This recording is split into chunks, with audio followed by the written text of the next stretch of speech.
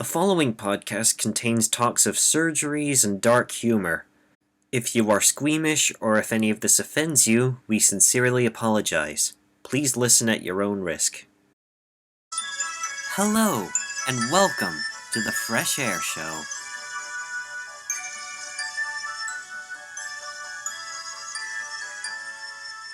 What is up, guys, and welcome to a brand new episode of the Fresh Air Show.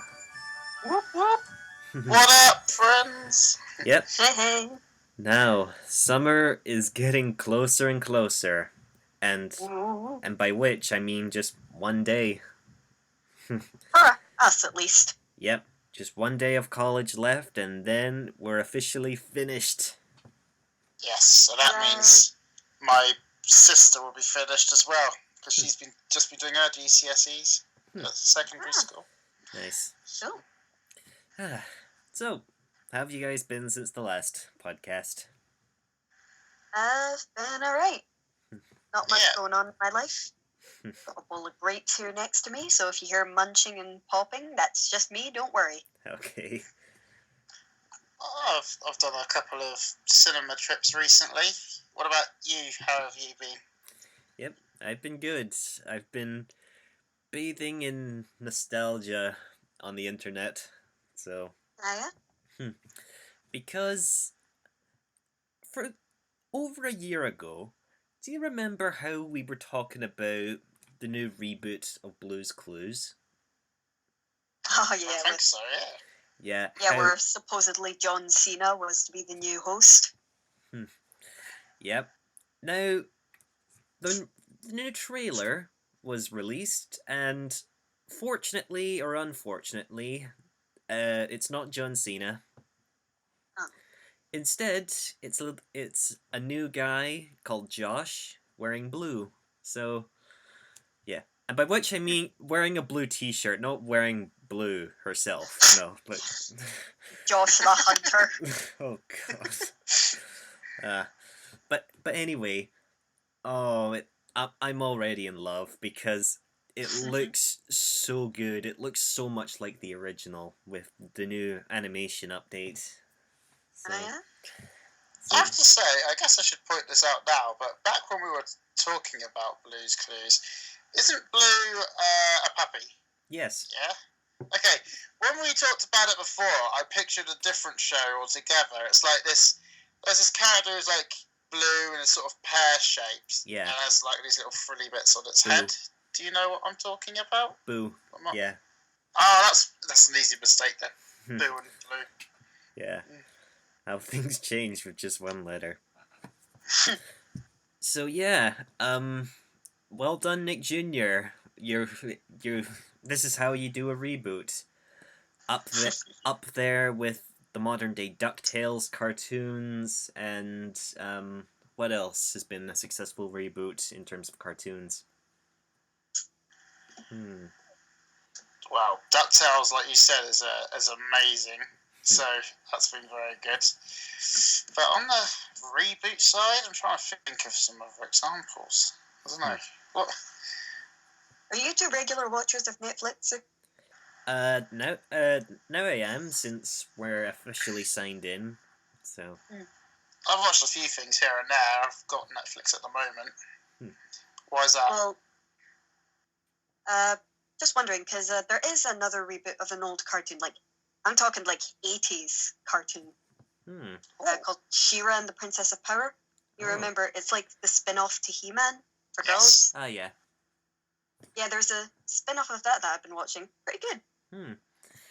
So, yeah, I've heard about it online. Apparently, what's the internet's thought on it? Well, it's, you know what the internet is like. It's either God's creation or it's feminist propaganda. Yeah. Yeah. But it's Personally, what? well, I mean, it's a different with He-Man and She-Ra. Am I right in saying it was Hanna-Barbera, or was it not? Like, if it's something from the 80s and they've taken it, I'm assuming the animation's been improved, the character's been improved. Would you say? Yeah, absolutely. Because you know how, like, back in the 80s, primarily cartoons were made for selling toys. So because every toy had the same mold, all the characters had like the same body shape, and they just look like reskinned or recolored versions of each other. And now that there isn't much need for merchandising these days, there's a lot more variety in shape and personality as well. Because 80s cartoons weren't exactly well known for their gripping dialogue or great personality and characterization. Nah, but still enjoyable, like, to an extent. Yeah, and like that cheesy 80s way where it's just colourful, doesn't care much about story and stuff. Yes, exactly. And now this new Princess of Power has sort of that 80s charm with like bright colours and a bit of cheese, but also has like the story and good dialogue and getting in with the times, sort of. I think I've seen screenshots of the new She-Ra partly, and it does look interesting. Although I think the reason why people were angry is because I don't know, maybe they were expecting He-Man as well. Like, now I've thanks to a cousin of mine, I have actually seen a few episodes of He-Man in my childhood, and it kind of speaks for itself. It's the story of a manly man in a manly world fighting manly monsters, and it's like with his manly abs and hips and muscles. Yeah, and his talking green tiger, Cringer. That was the only character I could recognize, the talking green tiger. I probably shouldn't delve into this side of He-Man, but I saw a very funny meme yesterday where they took the Alolan form of Doug Trio and they made the middle head He-Man's head, and it was very funny. Yeah. But another thing, I saw a cool video. I think I might have shown you two. I'm not sure, but they got the guy who voiced Papyrus in Undertale. No, they got the guy who voiced Skeletor to do some of Papyrus's lines because they sound so similar, don't they? Yeah. Well, that's how people interpret Papyrus to sound, at least. Dan, stop with your puns! Whoa, the laptop's on fire. I guess this is the first time he's ever successfully cooked something. You're officially unforgiven, Sans! Eat your spaghetti, He-Man!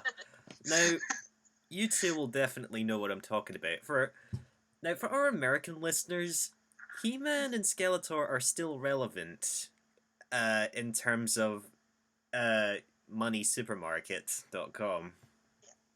Feeling oh yeah, that trailer is very funny. Yeah, because the whole point of Money Supermarket is that you have this random character, and all because of this one website, they feel epic. And for the fun of it, they decided Money Supermarket. Yeah, and for the fun of it, they decided to insert He-Man and Skeletor into their commercials, just being the biggest bromance ever. I think we had a couple of other adverts for banks like that too, haven't we? Like Fred Flintstone goes to the bank, or Top Cat goes to the bank, stuff like that.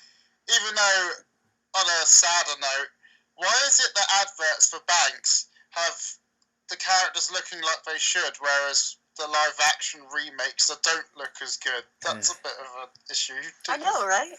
Yeah, Except why is it? There was a Top Cat movie, though, which was quite good. I haven't seen it all, but...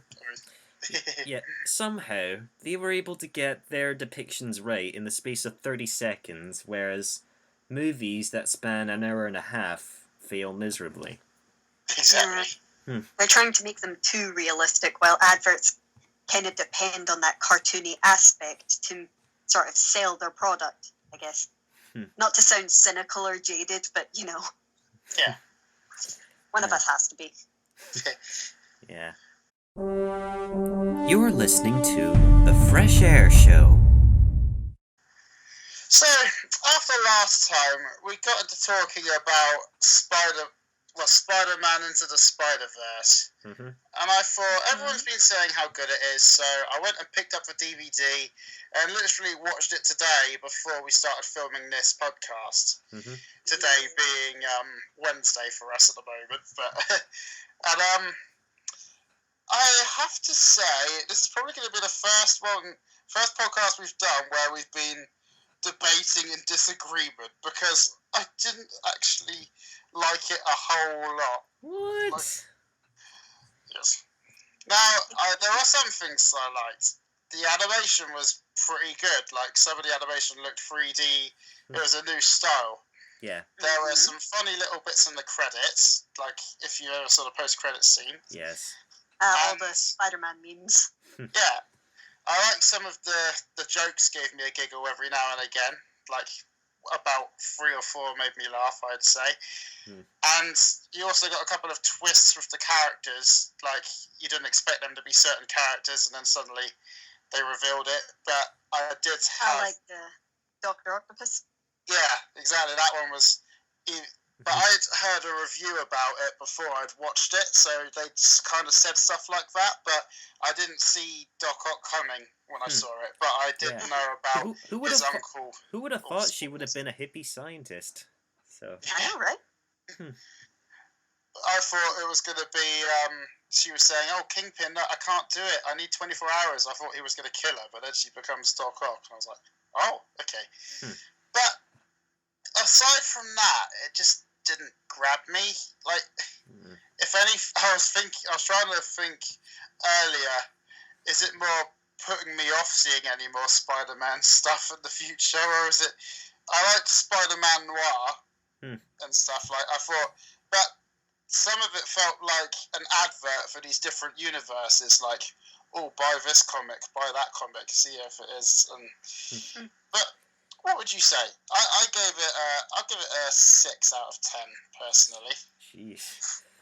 Dan and I saw it together in the cinema, and we both loved it. Yeah. It was amazing to us.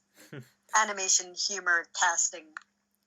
Plus, the fact that it was mostly made in Photoshop, and we've been using Photoshop for I've been using Photoshop for nearly 4 years, and to see a movie around being made in its systems, I thought, wow. I even recognized some of the filters that they used in it, so, yeah. I didn't know they made it mostly with Photoshop. That's quite interesting. It was, I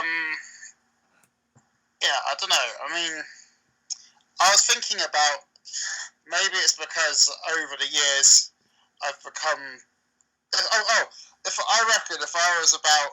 I'd seen this, like, in my teenage years, I would have loved it. Like, back then is what I was thinking. But, so I was wondering if it was to do with how many films I've seen and comparing it to other stuff, you know, like the Marvel films and things. Maybe I'm spoiled for good films. Yeah. Yeah. Isn't it, I remember you saying something earlier about if it was an advertisement for the comics. Isn't it ironic that it's kind of worked on me?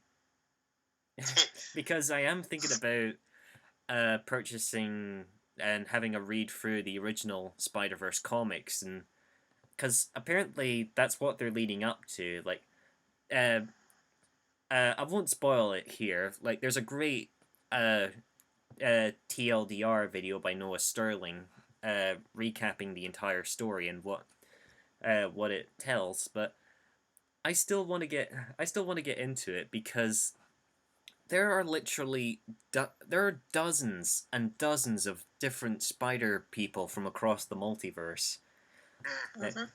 Noir is just one of them. You've also got Spider-Ham, who's a personal favorite of mine. I especially like them because John Mulaney voiced him, and I love listening to John Mulaney's skits. It was quite appropriate as well because they chose Spider-Ham. Spider-Ham's voice actor, who was a comedian, to voice this Looney Tunes character. And when characters like Penny, she's voiced by a Japanese anime actress, so that's something out there. And meanwhile, Noir is voiced by Nick Cage, and yeah, it's just as glorious.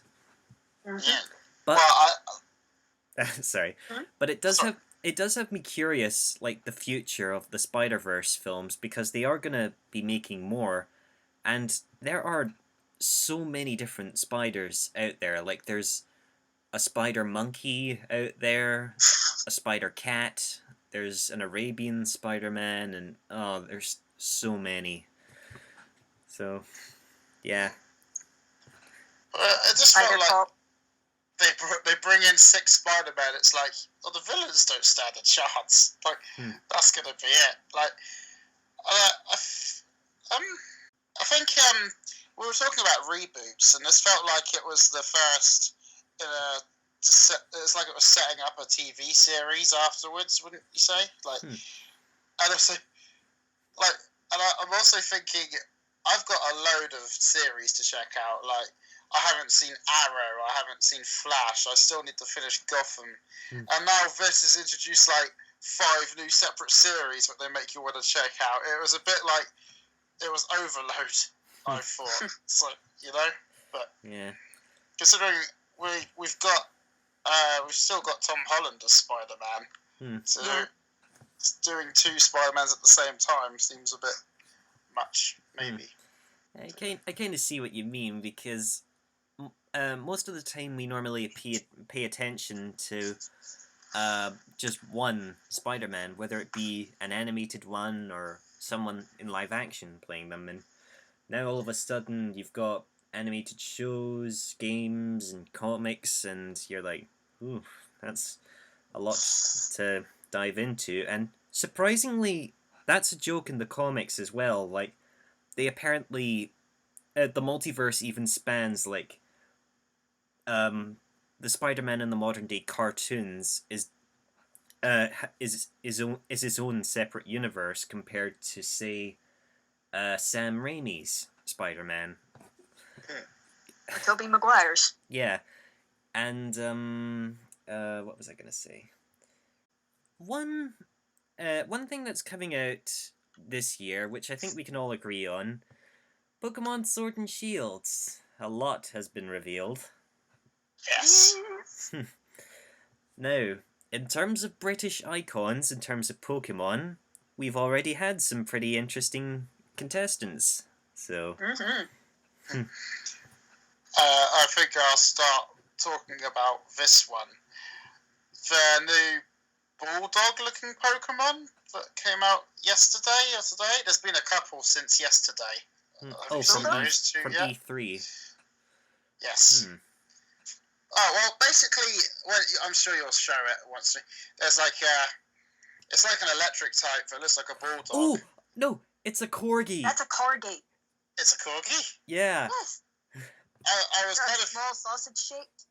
Yeah, well, I was kind of hoping. Corgi, not a Bulldog. Learn your breeds. No, is it a Corgi? Because I was looking at it and I thought, I wish they'd gone with the Corgi instead of a Bulldog, because I kind of wish Britain had a better dog breed to represent it than a Bulldog. I don't know, I've never been that keen on pugs and Bulldogs and stuff. The footage at E3 is normally pretty blurry, due to the fact that it's being recorded from smartphones, but now that you... Pretty dang sure that's a Corgi. Yeah, now that it's being brought up... This is a Bulldog, you fool. Yes, that's what it looks like to me. Round's showing a picture of it up on the screen, just for those of you who are curious. So, all I know is that, thanks to this reveal, I know Simon from the Yogscast is probably going to be freaking out over it, because he loves Corgis. Is this what you saw? I don't. Maybe it's a mix of both. No, it's a Corgi. I don't know. What do you? It's a Corgi, Dudley. No, it's brown, and Bulldogs are brown. I'm going with Bulldogs. Covers this. Anyway,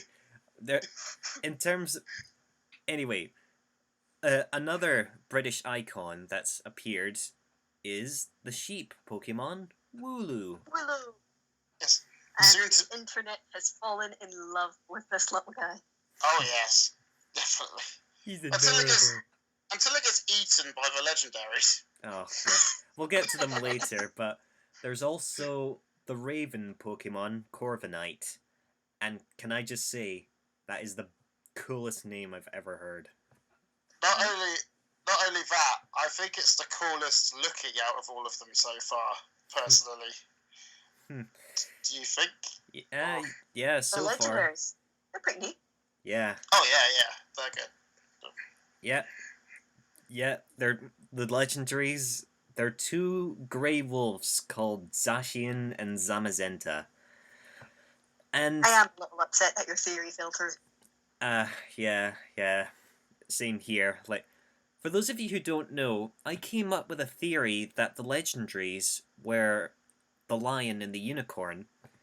Now, in the UK, the lion and the unicorn are the national animals, with the lion representing England and the unicorn representing Scotland. And there's even a nursery rhyme about them, and battling for a crown, I think it was. Yeah, and it's actually meant to symbolise the conflicts that England and Scotland have had in the past. And that's kind of what it sparked this theory that I had.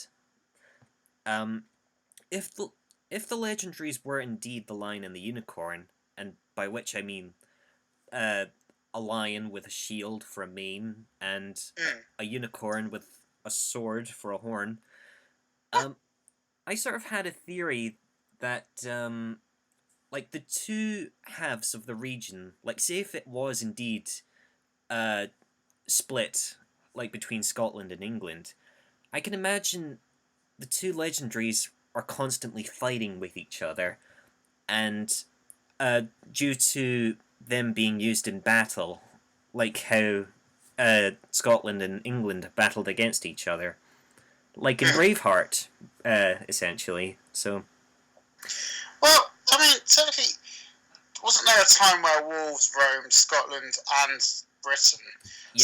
yeah, And in the trailer, it shows them seemingly working together against maybe the third legendary that they haven't revealed yet. So maybe in this regard, not only are they using an icon for our country, but they're also representing the unison between our country subtly. I don't know. Yeah, I kind of thought it would be like I thought it was going to be like a deep dark conflict happening, like something that more fits our world today. Like I thought maybe it had something to do with race, and that's why the two legendaries would be fighting against each other, and you would have to catch one to stop the fighting and quell the arguments. Like, you know, something with a bit of a deep message that the world needs nowadays. But still, Zacian and Zamazenta, they still look pretty darn cool. We've also got that new little imp Pokemon that's a dark fairy type. Oh, which yeah. is an interesting. Oh, yeah, imping or something? Yeah, something like that. And, okay, tell me if you agree with me. Does it not look like a bit like Deadpool? Can you see that? A little bit, yeah. A little bit. I suppose, yeah. Now, how does this look like a bulldog to you? I don't know. My first thought when I saw it was pug, and then I thought, wait, British bulldog, and then I don't know if it just doesn't look like, you know, Furfrou, which was the poodle. I feel like it would have to look a little furrier to be a corgi. That's why I didn't think it was. But I guess time will tell. They're big with tiny legs. That's the secret to designing a corgi. Well. I'm gonna have to pause it here. Otherwise, we're gonna have a major conflict between Rowan and Dudley here. Like, I'm gonna come through my tablet and punch you. All right. No! You are listening to the Fresh Air Show. So, I have to say another thing about the game. Doesn't this look like the Pokemon equivalent to Breath of the Wild? Yeah, it does. literally Yeah, days it's like before. a world.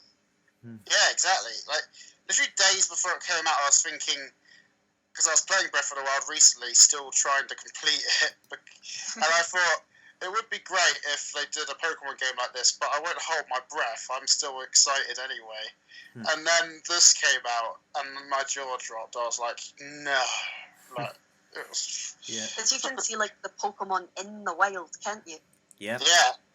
Uh, In the waters, in the skies, in the sunsets. Yeah, because in the other games it's like you step on a bit of grass and then suddenly you're accosted by a dog or something. But no, they're just hanging out now. yeah. Oh, they've come a long way. All the way from pixelated Game Boy games, all the way up to 3D worlds that you can control the camera in. And, Definitely. I guess one more element we have to talk about with the Pokemon game is, I always forget the name of it, the Dynatrix or something like that. Dynamaxing. Dynamaxing, yeah. When the anime rolls around for this game, are we going to see Ash make Pikachu gigantic? Oh, God. Attack on Raichu. Oh. Now, let's just hope Dynamaxing keeps every Pokemon a certain size, because if they tried We've all seen the memes. Yeah, We've all seen the memes. if they tried doing that on a Wailord, then time to say goodbye, guys. Well, from the trailer, it looks like the Gyarados gets bigger as well, but the proportion isn't the same as how big Raichu gets compared to how Raichu was. So basically, if you have a Wurmple, it's going to get bigger than if you had a Wailord. So we need to be more afraid of stuff like Joltik.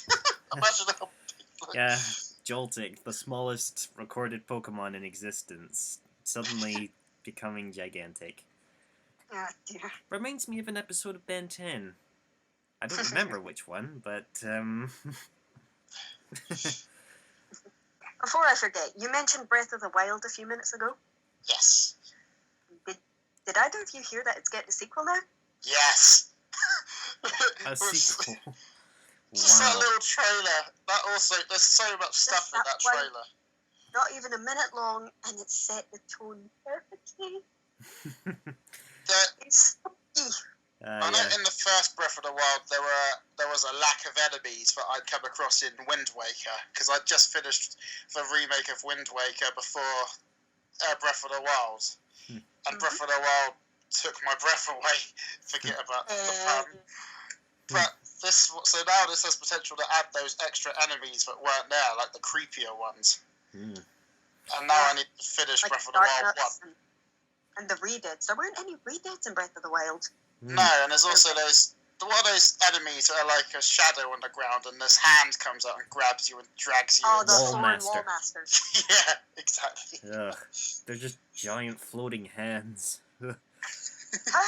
Now, Rowan, I know you love the Legend of Zelda games. I've only ever actually played the games in the child timeline, so I've played Ocarina of Time, Majora's Mask, Twilight Princess, and I even played Minish Cap many years ago. Oh, So- never got around to that one. So yeah, Will you be picking up Link's Awakening? There's so much selection that Nintendo's decided to bring to the Switch. I mean, they've brought the original. They're bringing the original Ni no Kuni. I really want to play that. Yeah. There's also a new Animal Crossing, which I'm excited for. New Horizons. Yeah, and even adding stuff to new games, like, for instance, Banjo and Kazooie are coming to Smash. Oh, Yes. I saw that. I sort of half predicted that, and my brother said, I said to him who Banjo and Kazooie were, so I was this bear with a bird that was on N64, and he said, Angela oh, Kazooie. yeah, and he said, oh, so kind of like Duck Hunt Duo, and I said, Well, not really. I mean, I guess you could say that, but they're not quite the same. And then in the E3 trailer, it was Duck Hunt Duo dressed as Banjo and Kazooie. I was like, oh, okay, they made that connection as well. Yeah, Dog and Duck are a personal favourite of mine in Smash. Like, Dog and Duck are the best of friends, and they're my best friends too. If somebody gets that reference, you are awesome. Also, something else they've confirmed for the Switch, which I have been sitting here for ages and ages for it to finally hit the Switch. It's Spyro! Oh, yeah. Not just the Skylanders games, but Spyro himself. Actual Spyro. Yes, because I have Crash and Trilogy on the Switch, and I thought Spyro should join it. So, finally we're getting it. But there is one little drawback to the Switch, which is making it a little issue. You think PS4 and Xbox are about, they can be 250 gigabytes or 500 gigabytes. The Nintendo Switch has about 36. So every time you have to play through a game and finish it, and then delete it to make room for the next game. And E3 showed about 20 games. Instant life hack here, Dudley. You know how you have the option to put in an SD card? Yeah, I've stuck in a micro one. It can accept an SD card of up to 500 gigabytes. So can you actually save the games to the SD card? Yes. Yeah. You can. Have you done this? Yeah, but granted, mine only has like 128, but that's just the bare minimum. So yeah. You've solved my crisis. I will try this. You know, just before we move on to the next segment, I just want to bring up one last thing regarding Pokemon Sword and Shield. Apparently, after Zacian and Zamazenta were revealed, people started looking around, wondering, what's the specifics of these two legendaries? Why are they wolves? And apparently, they have to do with Skull and Hati, who are two mythical wolves from Norse mythology who apparently chase... who are... like Ragnarok. Yeah, so... Yeah, that's something It's out odd there. that they bring that to Scottish lore. Well, I mean, Vikings have settled in Scotland. I mean, the Vikings have settled very close to where me and Ryan live, so, yeah, that's out there. I was saying to a friend, if we've got the sword and the shield for these two, what's the third legendary going to be? Is it going to be a gun-based one? Is that going to represent gun crime? Oh, really? I don't know. So, and one last thing, I guess I need to throw this out there, even though we've talked about the legendaries and stuff. There's that new plant one, that looks like it's got a dandelion for a head, Gossifleur. The first thing I thought when I saw it was, it looks just like an Octorok from Zelda. Like, when you put them next to each other, it's like, Breath of the Wild, Octorok. It's like you got... Nintendo. Yeah. Exactly. Yeah. Well... They're all connected. Yes. I'm Randy Newman, and you're listening to the Fresh Air Show. I'm Randy Newman. Well, it's time for the month's most ridiculous headlines. Yay! Okay. In this month's news, more than 36,000 people have signed a petition to make Danny DeVito the next Wolverine.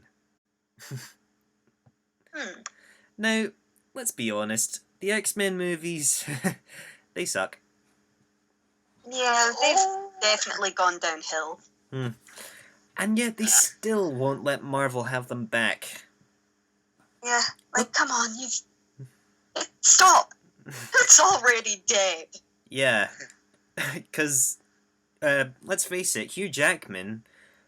Now, I won't lie, the X-Men movies have made some brilliant casting choices, like the actor who plays Beast, for instance. He's pretty good. And Hugh Jackman, as the original Wolverine, his role is legendary. Yeah. Now, But let the man rest, please. yeah. Danny DeVito as Wolverine. Oh, Uh. God, can you imagine? Oh, wow. In all honesty, I think Danny DeVito should be playing Dr. Robotnik in the new Sonic movie. Yeah, he's definitely got the shape for it. Yeah. He can do a pretty good impression, so... I had, on the subject, in the Detective Pikachu game, the Pikachu has a rather gruff voice. Have you ever seen him? Yeah. Well, I thought people wanted Danny DeVito to voice Pikachu in Detective Pikachu because of it. Wow. And people thought he might make a cameo. So if he ends up being Wolverine, then we've got Wolverine and Deadpool, and they were both going to be Pikachu. Wow. Oh, Yeah. Ryan Reynolds, if you're listening to this, make it happen. All right. On that sort of thread, there have been people who have been thinking that Keanu Reeves would be a good replacement for Hugh Jackman. How about Liam Neeson? That's Wolverine. All right. Okay, here's the next headline that I have. The Titanic 2 is set to sail in 2022 on the same route as the ill-fated original. Yep. Well, good luck finding icebergs in this day and age. Oh, God, Ryan. I was going to say, global warming. That's too real. That's too real a joke. Ugh. It's not even a joke, it's the truth. Ugh. True. Now, let's just hope they have... let's just hope they have more lifeboats this time. Or what? They're not going to hit anything. I'm wondering if there's even going to be any passengers. Maybe just like, I don't know, just put like a goat on there and have him live there. Just give him like food and supplies, and if he makes it... If he Well, eventually... Dad. I didn't know you had a hatred for goats. No, Where's this come from? I'm saying... Is this going anywhere? Is this a joke going somewhere? No, it's just, you know... Why specifically a goat? Why not sheep? Where are you going with this? I don't know, I just want it to be Monkeys as random. the pilots. I'm like, No, it's probably like the raw shrimp who didn't get cooked on the original. Like, imagine how they felt. We're free! Now, I was just... freedom. Yeah, I was just making an example. Like just have it sail that route, from England to New York, and just make sure it gets there before you start putting people on it. I thought you were like winding up to make a joke of some kind or a pun, like goats on the Titanic. no, what Dan was saying was instead of test the boat trip and put animals on it first, and if they die, then we know it's safe. Yeah, pretty let's much. kill some goats to sacrifice. No, it's just... Sacrifice the goats to our Lord and Savior Satan. No, it's like the original... Like, for instance, the original hot air balloon... Our Lord and Savior, the 11-headed dragon. Oh, God. Had to happen at some point. Now, like I was saying, the original hot air balloon... Is that Bella or Edward? Yes, cat, go away, please. Anyway, the original hot air balloon, they sent up like a cow, a sheep, and a chicken to see if, you know, humans and animals can survive being up there, being up that high in a hot air balloon. So it's just so this is why we have animal testing before humans, is because, you know, progress, I guess. So. Oh, we're getting into ethics now. All right, moving on. I don't want to start anything. That sounded more like a build up to a joke, though. So, we had a cow, a sheep, and a chicken, and they were all in a hot air balloon. Were they in the same hot air balloon, or did they have their own hot air balloon? Yeah, they were just all three of them in a cage, acting as the basket, apparently. So yeah, I assume they made it. So anyway, oh god, here's the next headline that I have. Oh dear. A drunk man, after an operation, has thrown up his own tumor and swallowed it again, thinking it was one of his organs. What?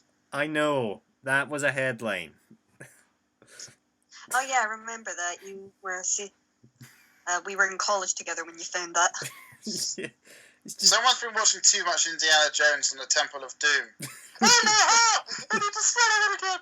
Put that back in. oh god. Jesus. Didn't they teach anatomy in school? I seem to remember that they did. But, It's funny because in order to throw up an organ, that organ had to have been in your stomach, right?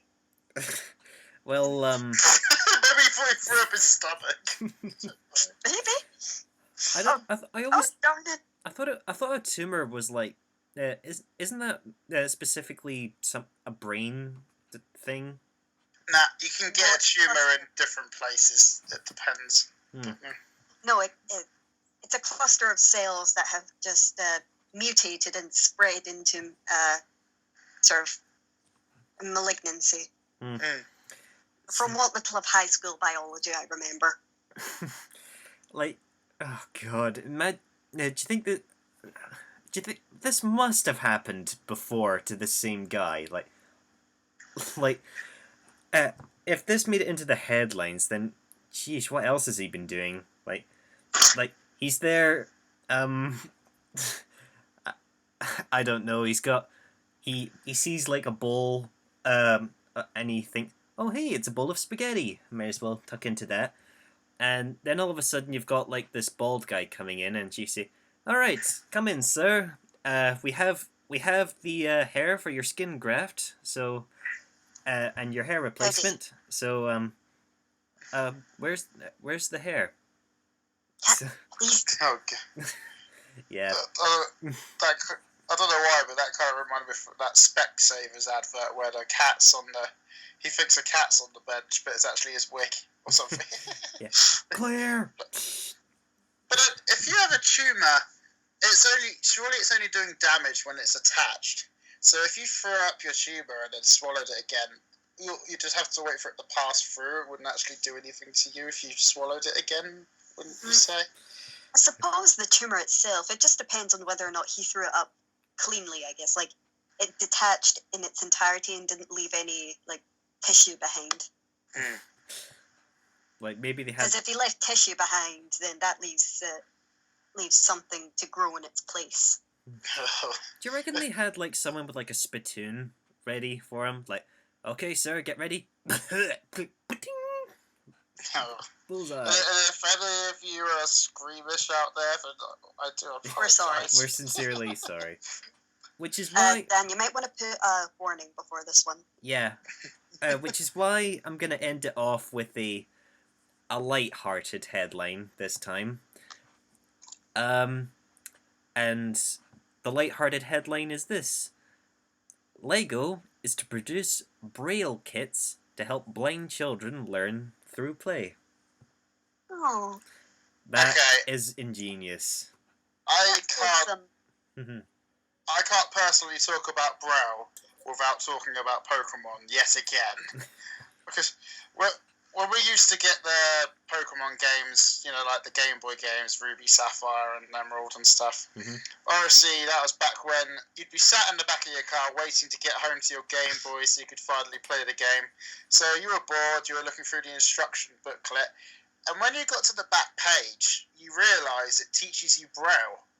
Because there are Braille puzzles in the game that help you get Reggie Rock, Reggie Ice, and Reggie Steel. And so... In that way, Pokemon can teach you Braille if you get the game. Yeah. Now, Lego, you are a genius because just think, it's literally just the Lego bricks, but the studs are in the Braille format. So that's amazing. Yeah. Kudos. Well done, Lego. Yeah.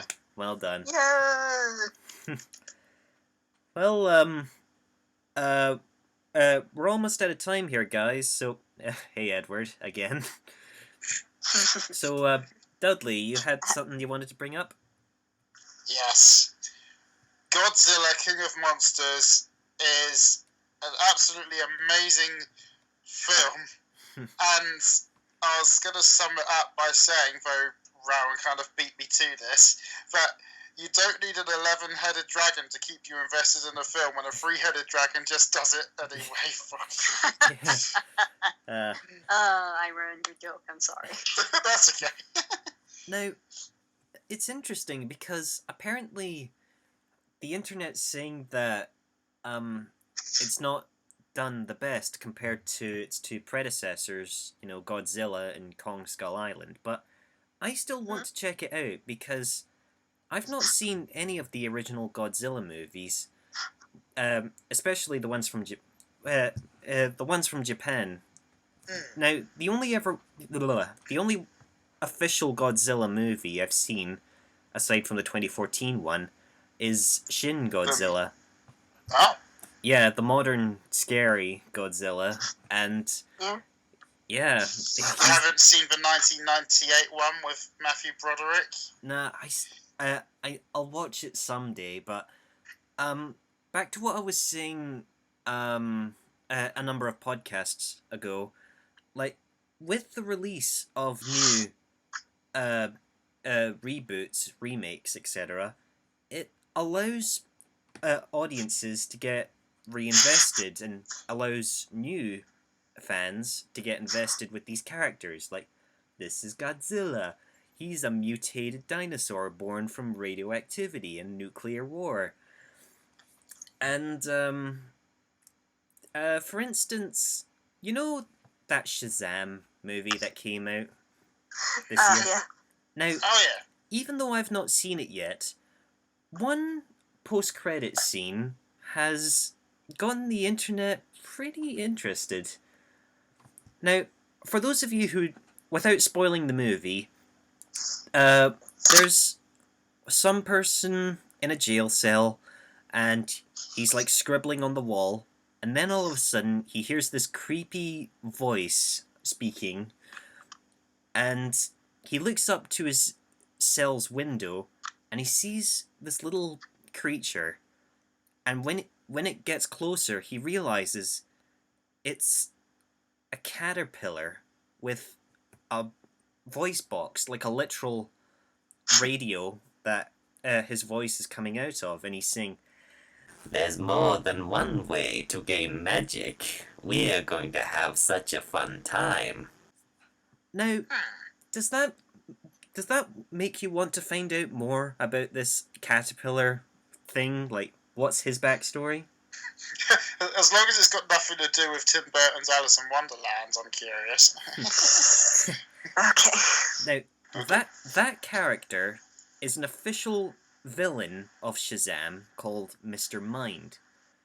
And he's an alien life form who comes to Earth and starts causing trouble. Of course. Now, a lot of people were expecting Black Adam to show up, but this is an interesting choice because now it's proving to me that DC is slowly getting better and better with their movies, because Wonder Woman was good. Yeah. Aquaman was alright. Shazam, by the looks of things, did brilliantly.